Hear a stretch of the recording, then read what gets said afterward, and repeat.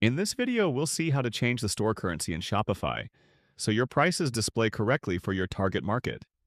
From here, click on Settings. Inside Settings, open General, changing the store currency. In the store currency section, locate the currently displayed currency. Click the three-dot menu next to it, then select Change Store Currency. You'll now see a drop-down labeled Change Store Currency. At the moment, the store currency is set to USD.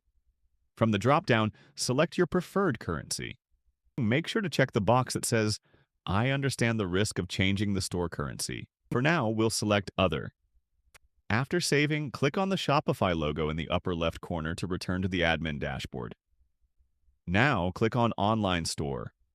Under Themes, locate your active theme. Click on the three-dot menu next to the Edit Theme button and select Preview. In the preview window, you can now see that the store currency has changed from USD to Indian Rupee, confirming that the update was applied successfully. That's how you can change the store currency in Shopify and verify it on the storefront. If you found this tutorial helpful, subscribe to our channel for more Shopify guides. And if you have any questions or run into issues while changing the currency, share your concerns in the comments, and we'll be happy to help.